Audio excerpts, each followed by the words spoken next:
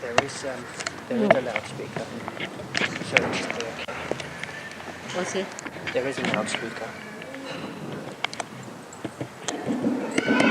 This one.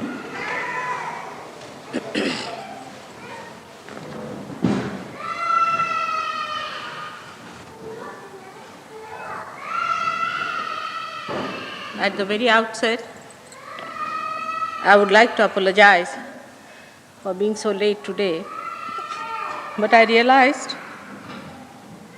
that when something is very important from God's point of view, all the negative forces work out.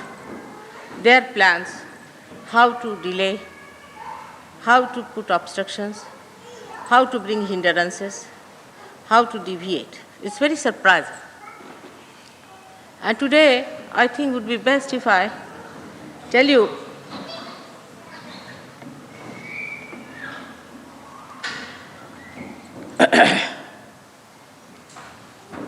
about God's will and how we human beings try to go against it all the time. God's will is extremely simple. He is divine love. He is compassion. He is ocean of mercy. And in His mercy and in compassion, He created this world and then created human beings just to give them the highest thing in life, joy. Joy which is single thing. It does not have duality, like sorrow and happiness, like day and night.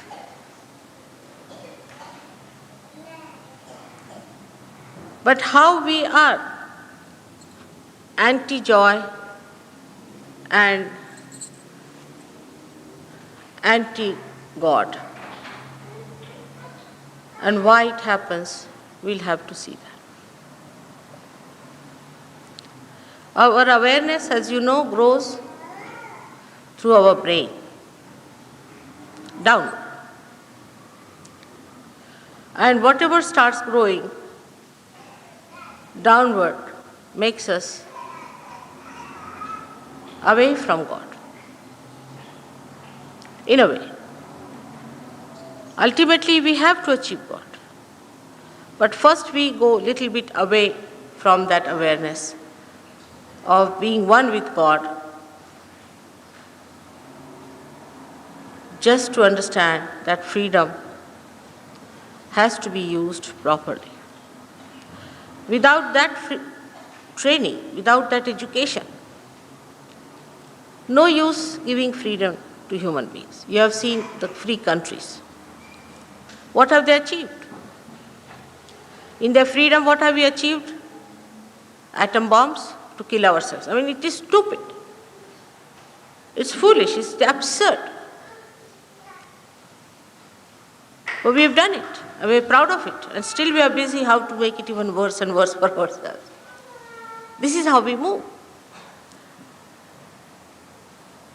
The awareness that was our own, human awareness, was given to us for freedom, to be tested, to be experimented, to be seen. And then to have ultimate freedom, by which you become the Spirit. You have to become the Spirit ultimately. But as we start growing in our awareness, so-called, our concern is not for the Spirit. I would say like a tree which embeds itself into its roots. And the roots that we have are in the brain. And then we start growing upward, upward and upward, till the leaves are created, fruits are created, flowers are created. On the contrary, before reaching the fruit stage,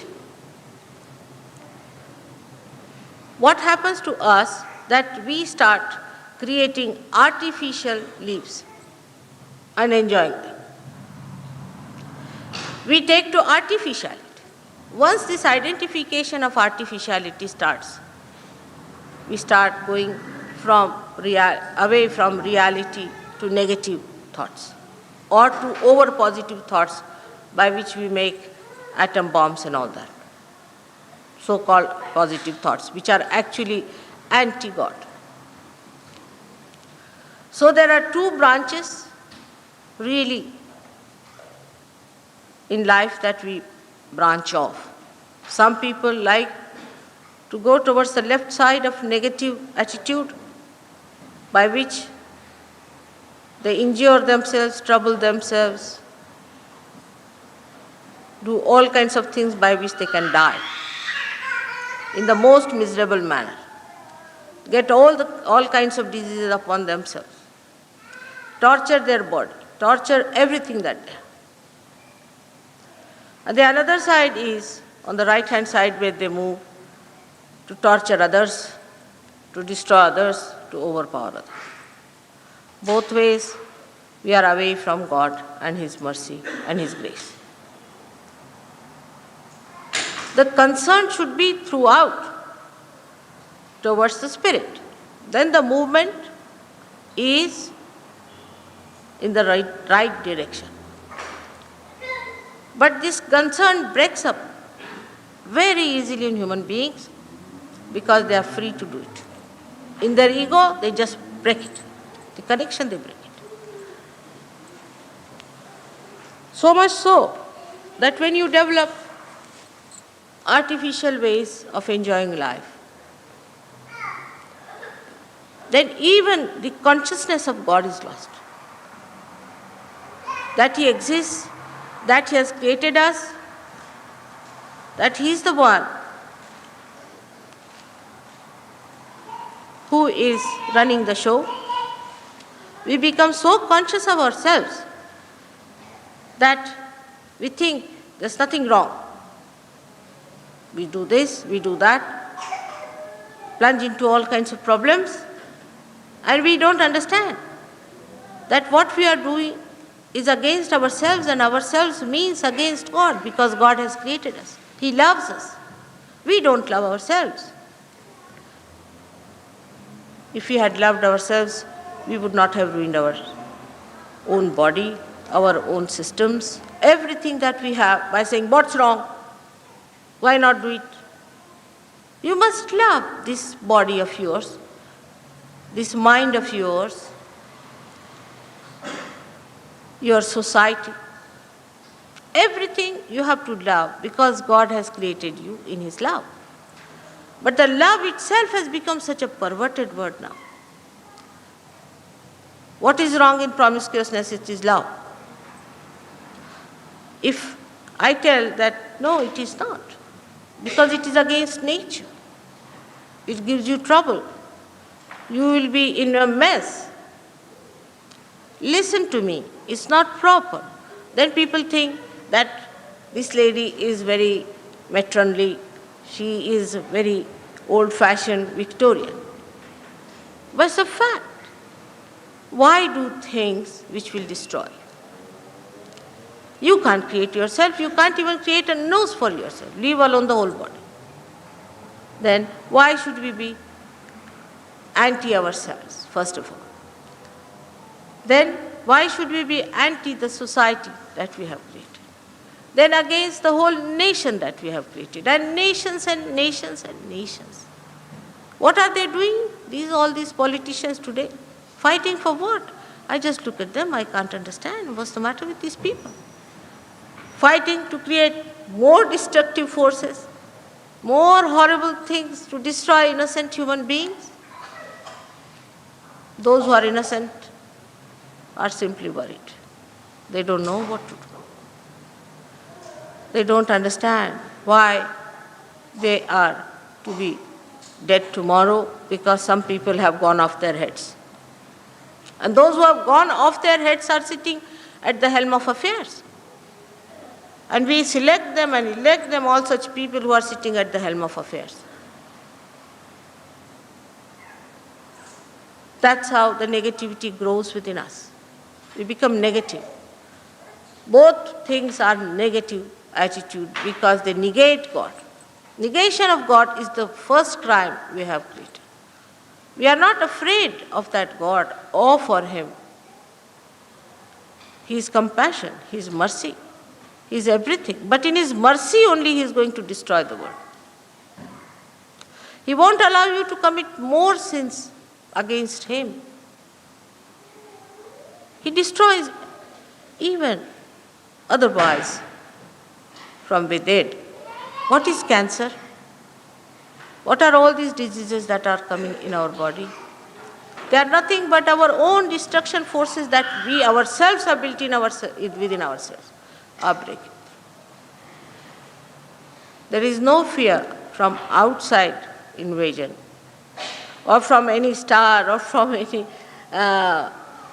extraterrestrial attack. No, there is not. It is within us. The attack is built within us, of which we should be aware. In the name of freedom, we have collected within ourselves all the germs of our destruction. It is such a built-in process within us that we are not even aware that they are growing, that they are there. We are quite satisfied with ourselves, with our artificial life, with our so-called etiquettes and superficial mannerism. Innately within us, there resides the spirit which wants to enlighten you, which is anxious to enlighten, to give you the peace, the bliss, the joy of your being. This beautiful lamp of yours, which is being created, is with a great purpose. It has to be enlightened. Respect yourself. There is no respect word left in the dictionary today. Respect yourself. We have to respect this lamp, which has the light of the Spirit, that it should be enlightened. And let us be that lamp that shows the path of glorification of your being. And in that light, we can see God's glory too.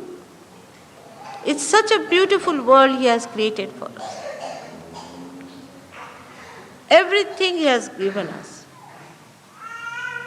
But we, in our ignorance and in so-called freedom, have ruined so many things. It is sometimes shocking to see how people are going just towards hell directly. For a mother, it is a thing of great concern. How to stop this poor? How to get them out of it? How to make them understand what is your worth, what is your value. You don't take human life for granted. It is a very precious life, created out of many processes. With great difficulty it was created. Don't forget that you have to become the Spirit. Without that, your life is just a waste. The whole creation is a waste. Because you are the highest in the creation. You are the epitome of the creation. And what are you up to? We have to form nucleuses who will talk about Spirit now openly, about God. I was amazed to hear that in this country, people don't like to talk about God. You cannot talk about God. As soon as you say God, oh, nothing. God, that's religion, that's nothing. Can you imagine such a state of affairs where you cannot talk about your Creator? Either you form some sort of a closed, secretive organization where everybody cannot enter into and say, now we belong to certain cult of God. How can God have cults? Just think of it. How can He have separate churches and separate temples and mosques? How can He have? How can we become fanatic in the name of God? Can you imagine? This is what we have done to God. We have become fanatic. There's a stone, when it touches anything, it becomes gold. But there must be a stone. When it touches human beings, they become like prisons. That's why there is so much fanaticism. It's a problem. How to break this news and message that you are the spirit and you have to become the spirit.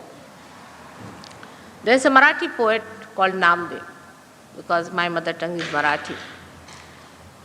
And thank God I have been born in Maharashtra, because it's a country of saints. Thousands of saints live in that country. The tradition is so spiritual.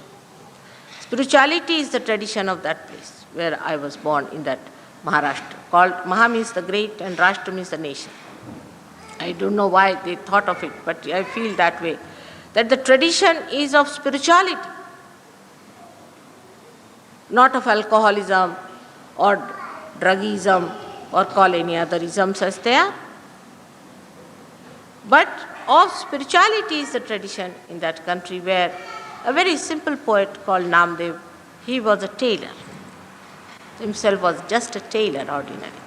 And he has written a very sweet poem, which I will just explain what he says.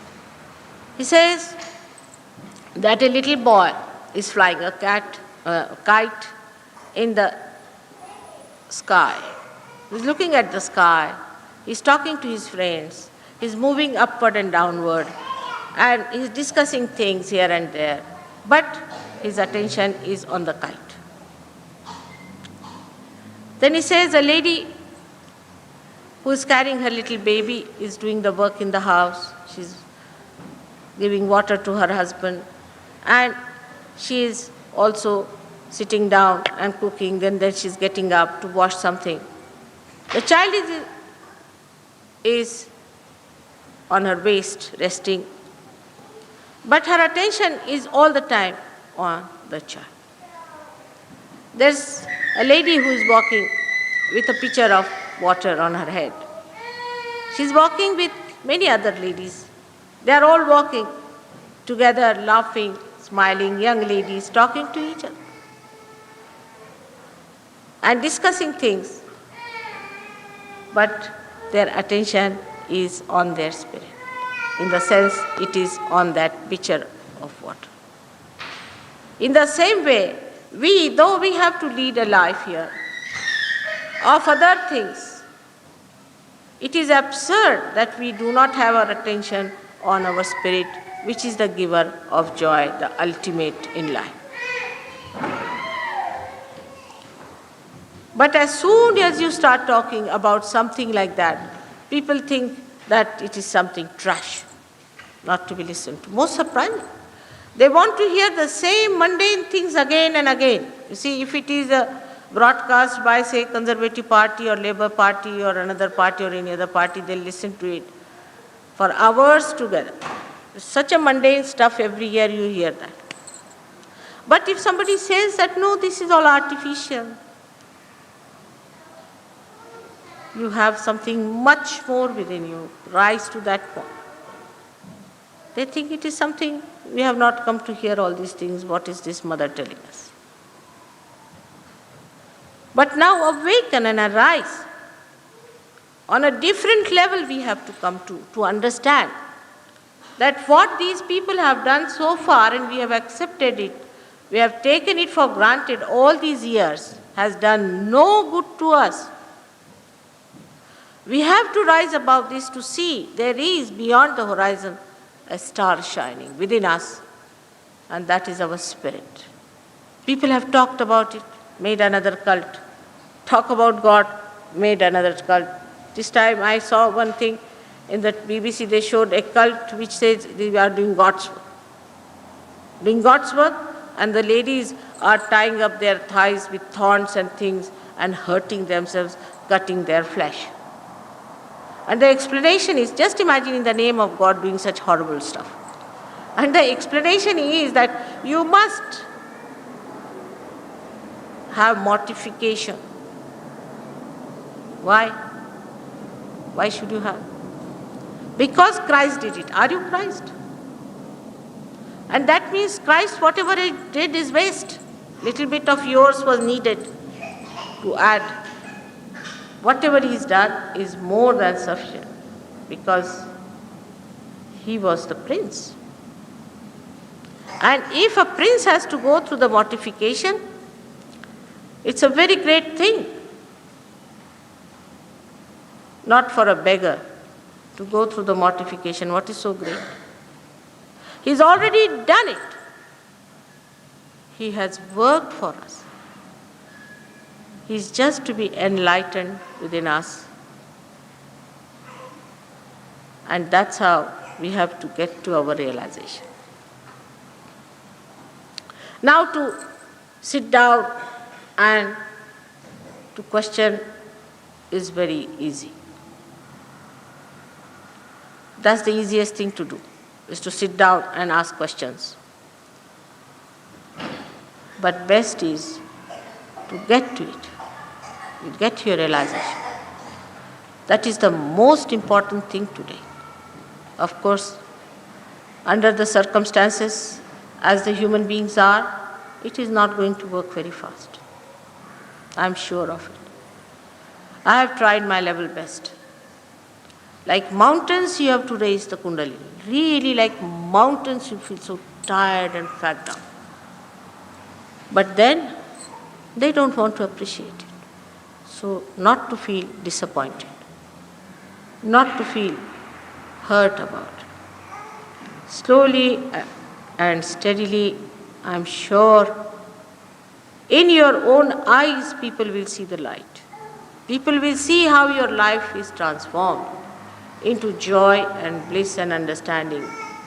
They will see how loving and dignified you have become. And then they are going to believe that there is a better life. The state is so bad for some people. They see, as I told you, a black picture of the whole thing. They are so disappointed that they have given up. They have just given up. They say, now we've finished with it. We've done everything, now we don't want to do any more. I've seen in France, many people are sitting outside and discussing that when are we going to have now the 10 stars meeting together to collapse this world once for all. They're discussing that let us be finished soon now, we have had enough of it, let's have the ultimate destruction, whether it was atom bomb or anything, let us be finished, had enough of it. It is so desperate. I can understand their desperation. Those who are thinking about it, those who are concerned about it and bothered about it. No doubt, one would feel desperate. Even the Saj Yogis sometimes get very upset and get extremely desperate, and they say, give up, mother. Just we're finished with it. Now, no more.